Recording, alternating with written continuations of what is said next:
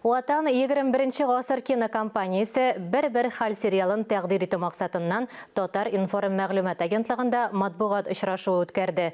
Тіл, мәдәниет, ғұрып ғадәтлер, дин мәселелері олғы планға шыға.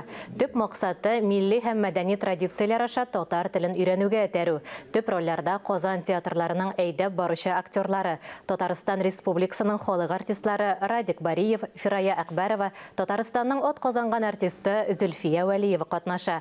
40 сериядан тұрған мелодрама жанрындағы сериалны тамашачы көңіліне хуш келер деген тілекте қала авторлар. Менің образыма туры келгенде Анастасия образы, мен өзімні теге урыс хатынын ойнайым деп те ойламадым.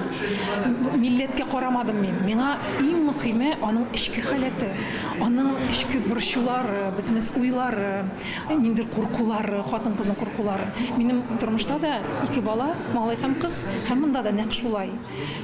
Шуңа күрә миңа ничектер менә барыбер җиңел булды. Бәхәсләр туды әлбәттә.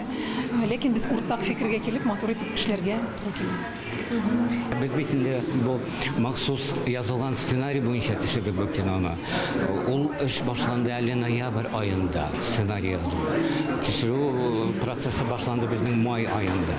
Әле менә сентябрьдә генә төшереп битердек кенә әле хәзер монтаж бара бу сериалның актык серияларын дигәндәй. Шуңа күрә менә бу безнең өчен беренче эш бит.